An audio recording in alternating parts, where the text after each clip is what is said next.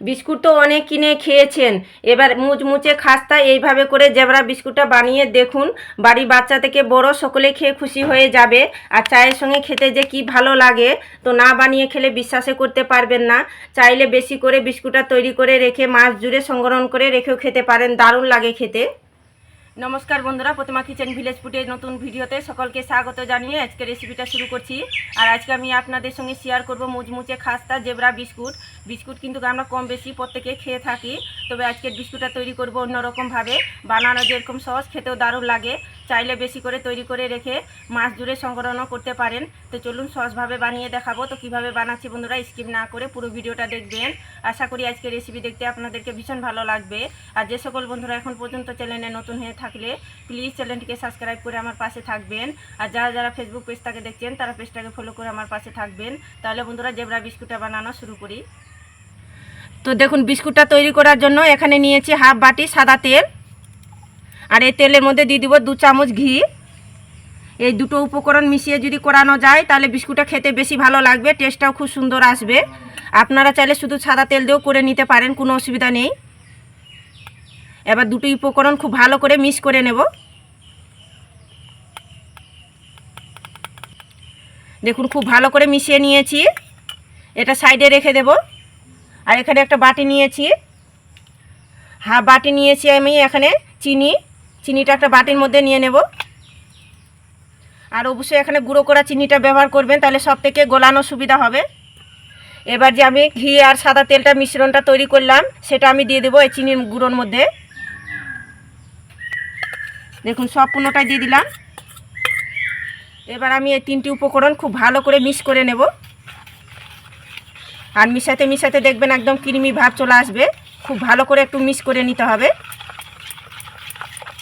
খুব ভালো করে মিশিয়ে নিয়েছি, আর মিশার পরে দেখুন একদম ক্রিমি ভাব হয়ে গেছে। ঠিক এইভাবে করে কিন্তু মিশিয়ে নিতে হবে। এবার দিয়ে দেবো এই বাটি মেপে 2 বাটি ময়দা,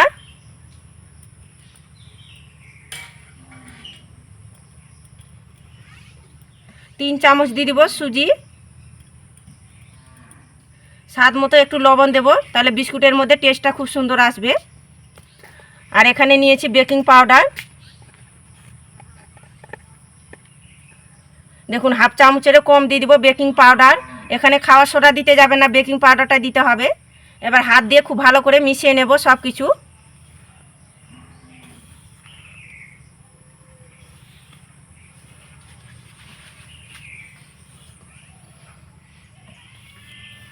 তো দেখুন সব কিছু ভালো করে আমি মেখে নিয়েছি।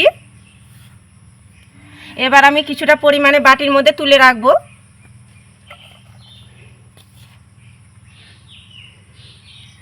দেখুন অল্প করে তুলে রাখলাম। আর এটা আমি দুধ দিয়ে মেখে নেব, অল্প অল্প দুধ দিয়ে।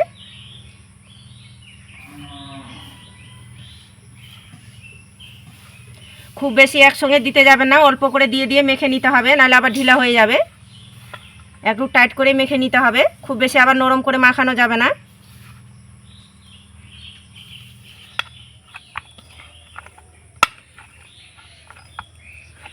তো দেখুন অল্প অল্প দুধ দিয়ে আমি মেখে নিয়েছি। আর খুব বেশি কিন্তু নরম করেও মাখিনি, আবার খুব বেশি টাইট করেও মাখিনি। ঠিক এইভাবে করে মেখে নিতে হবে। আর বাকিটা যে আমি বাটির মধ্যে তুলে রেখে দিয়েছিলাম সেটা আমি এর মধ্যে দিয়ে দেবো কোকো পাউডার 2 চামচ। আর এই কোকো পাউডারটা যে কোনো বড় মুদির দোকানে খোঁজ করলে পেয়ে যাবেন।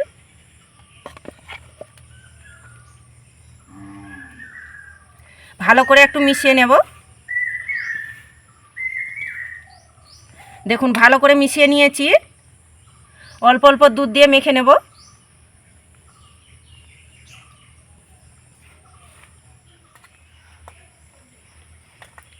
অল্প অল্প দুধটা দিয়ে মেখে আমি ডোটা তৈরি করে নিয়েছি, ঠিক একইভাবে করে মেখে নিয়েছি। এবার লেচি কেটে নেব ছোট ছোট করে।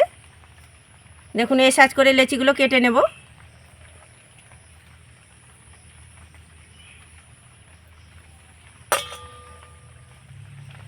দেখুন একইভাবে করে লেচিগুলো কেটে নিয়েছি। একটা লেচি নিয়ে হাতের মধ্যে গোল করে নেব।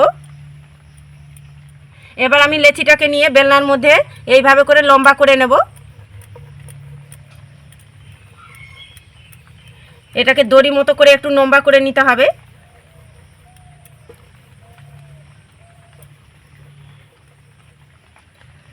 তো দেখুন এইভাবে করে লম্বা করে নিলাম, আর একইভাবে করে তৈরি করে নেব।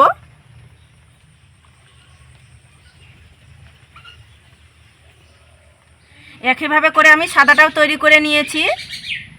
তো দেখুন একটা নিয়ে নিলাম, এইভাবে করে বসিয়ে দেব, আর আঙুলটা দিয়ে দেখুন এইভাবে করে চ্যাপটা করে নিতে হবে।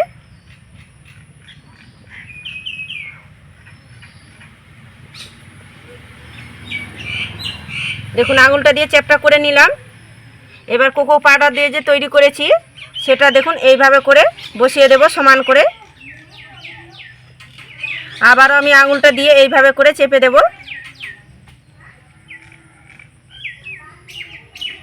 আবার আমি সাদা কালারটা দিয়ে দেব, এইভাবে করে পরপর দিতে থাকবো। আর দেখুন এইভাবে করে আঙুলটা দিয়ে চেপে চেপে দিতে হবে।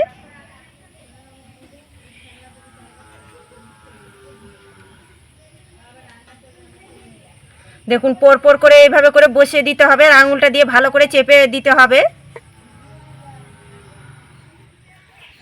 তো দেখুন পরপর বসিয়ে দিয়েছি। এবার দেখুন হাত দিয়ে এইভাবে করে একটু চেপে দিচ্ছি, আর এটাকে চৌকো শেপ তৈরি করে নেব। দেখুন এইভাবে করে একটু চৌকো শেপ তৈরি করে নিতে হবে।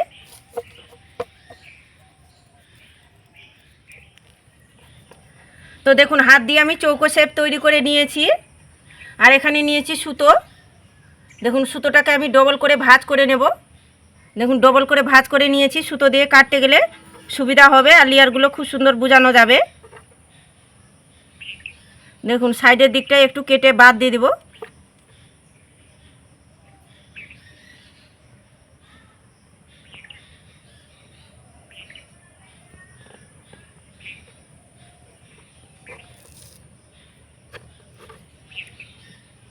খুব বেশি আবার মোটাও না, আবার খুব বেশি পাতলাও না।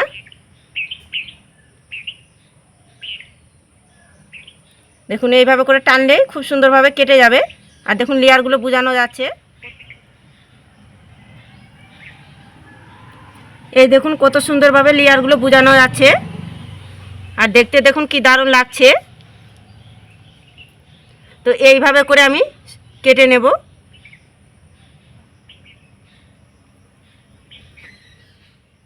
সব বিস্কুটগুলোই একইভাবে করে কেটে নিয়েছি, আর এখানে আমি একটা খেলানো থালা নিয়েছি, আর থালার মধ্যে একটু সাদা কাগজ বসিয়ে দিয়েছি। এবার একে একে বিস্কুটগুলো আমি তুলে নেব থালার মধ্যে। দেখুন একটু ফাঁকা ফাঁকা কিন্তু রাখতে হবে।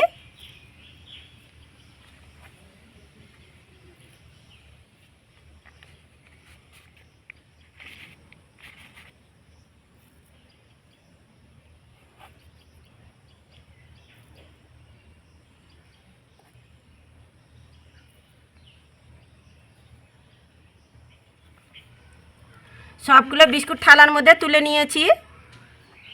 বিস্কুটগুলো বেক করার জন্য আমি কড়াই বসিয়ে দিয়েছি উনুনের মধ্যে, আর একটা স্ট্যান্ডও বসিয়ে দিয়েছি। এবার বিস্কুটের থালাটা বসিয়ে দেব।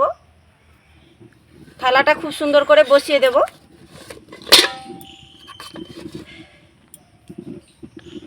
একটা গামলা দিয়ে ঢাকা চাপা দিয়ে আমি মিডিয়াম আঁচে 30 মিনিট জাল করে নেব। বিস্কুটগুলো আমি মিডিয়াম আঁচে 30 মিনিট জাল করে নিয়েছি। এবার ঢাকনাটা খুলে দেখে নেব হয়েছে কিনা। এই দেখুন শুধু বিস্কুটগুলো কত সুন্দরভাবে হয়েছে, আর কি সুন্দর দেখতে লাগছে। দেখুন বিস্কুট দেখে তো মন ভরে আছে। আর দেখুন নিচের সাইডটা একটুকু পোড়া লেগে যায়নি, খুব সুন্দর একটা কালারও চলে এসেছে। যেহেতু অনেকটা গরম আছে বিস্কুটগুলো, তার জন্য কিন্তু হালকা করে একটু নরম ভাবটা থাকবে। এটা নামার পরে ঠান্ডা হওয়ার পরে দেখবেন বিস্কুটগুলো খাস্তা হয়ে যাবে, আর মুচমুচে হয়ে যাবে। তো বিস্কুটগুলো হয়ে গেছে, আবার নামিয়ে নেব। তো বিস্কুটগুলো আমি ঠান্ডা করে নেব, তারপর আপনাদেরকে দেখাচ্ছি। সবগুলো বিস্কুট ঠান্ডা করে নিয়েছি, তৈরি হয়ে গেলো মুচমুচে জেবরা বিস্কুট। এইভাবে করে বানিয়ে দেখুন, খেতে দারুণ লাগে। চাইলে এইভাবে করে বেশি করে তৈরি করে রেখে এয়ারটাইট কোটের মধ্যে রেখে দেবেন, সারা মাস ধরে সংরক্ষণ করে রেখেও খেতে পারবেন। কতটা খাস্তা মুচমুচে হয়েছে দেখুন, আর বিস্কুটগুলোর নিচের দিকটা কত সুন্দর একটা কালারও চলে এসেছে, আর দেখতে কি দারুণ লাগছে, আর কতটা খাস্তা হয়েছে দেখুন। শব্দ শুনে তো নিশ্চয়ই বুঝতে পারছে। আর দেখুন বিস্কুটগুলো দেখতেও কি দারুণ লাগছে। আর একটা বিস্কুট ভেঙে দেখাচ্ছি কতটা খাস্তা মুচমুচে হয়েছে। এই দেখুন কতটা খাস্তা মুচমুচে হয়েছে, মুখে দিতেই মিশে যাবে, দারুণ লাগে খেতে। চায়ের সঙ্গে যে কি ভালো লাগে খেতে, তো না বানিয়ে খেলে বিশ্বাসই করতে পারবেন না। আর বাচ্চাদেরকে তো বানিয়ে দিলে দেখবেন বাচ্চারা তো দারুণ মজা করে খুশি করে খাবে। আর প্রতিটা বিস্কুটগুলো দেখুন কতটা পারফেক্ট হয়েছে। আর দেখলেন তো জেবরা বিস্কুটটা বানানো কত সহজ। তা আপনারা আমার মতো করে একবার হলেও তৈরি করে দেখতে পারেন, খেতে কিন্তু দারুণ লাগে। বাড়ির এমন কেউ বাদ থাকবে না খেতে পছন্দ করবে না। আর আজকের রেসিপি কেমন লেগেছে তো অবশ্যই কমেন্ট করে বলবেন। আর ভালো লাগলে একটা লাইক করে বন্ধুদের সঙ্গে ভিডিওটা শেয়ার করবেন। তো ভিডিওটা এখানে শেষ করছি, দেখা হচ্ছে আবার নতুন কোনো রেসিপির সঙ্গে।